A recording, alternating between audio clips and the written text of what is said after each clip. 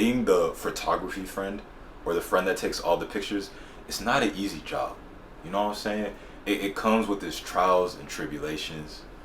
It's not that deep though. I'm just being dramatic. But it's not an easy job, but it's really fun. It has so many upsides to it that I just want to share with y'all. To anybody who's like starting off as being like a photographer, like that friend photographer, maybe someone that's already going through it. Here's what I've learned being that friend photographer. The first tip is buy a used camera.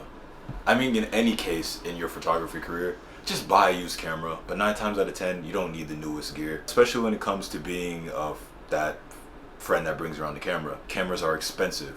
We all know this.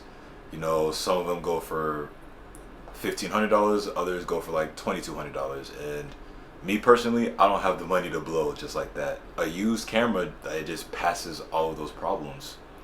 A second thing that I didn't realize until I had bought a newer camera is that the newer the camera, the more hesitant you are to kind of take it out and get it banged up. It's something in the back of your head that, you know, I spent so much money on something. It would be the worst feeling if I took it out and someone knocked into me and now I have a scratch on it. Like, for me and for other people I talk to, it is 10 out of 10 worst feeling ever. And that's one of the things that having a used camera just kind of goes over. When you have a camera that's already been loved, or just like it's been like dragged through the mud, and now you bought it for like $500, $200 to $500, you just don't care as much. You just want to take it with you. And that's the whole point of being, you know, someone who wants to document moments in their life. You don't want to be scared to bring the camera with you. You want to find every reason to take it with you. And I found that when I bought a used camera, I did that more. I didn't care if I dropped it. I didn't care if someone knocked into it. Buy used. Just buy it used, bro.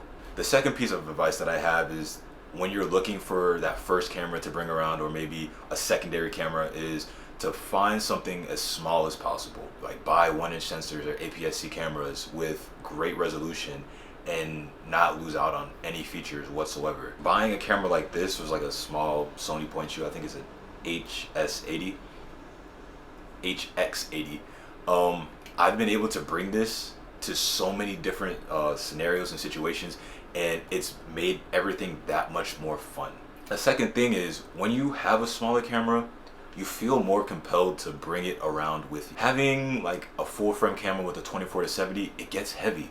You need to bring a whole separate bag for it. When you're really starting off, or you really just don't want to think too much about it, having a big camera in a second bag that you have to take care of, it can be a huge turnoff to trying to do photography outside with your friends. Get you a small camera, point shoot, APS-C, whatever kind of fits the bill for you. And this last point that I want to bring up is more so for people who are really getting into photography. Consider what photo editing software you want to use. There are a ton of different options out there, from Adobe Lightroom to Capture One, but me personally, I didn't even take that into account. I just thought I could take a picture and just throw it out, just throw it up anywhere I wanted to. But there's like a little process that goes into it. I put it out there just as something for you to consider as you get started on your journey. Thank y'all for watching. These were just, you know, a couple tips that I've picked up so far, just kind of transitioning to being a friend that documents everyday life for himself and others. I hope this helps, and talk to y'all later.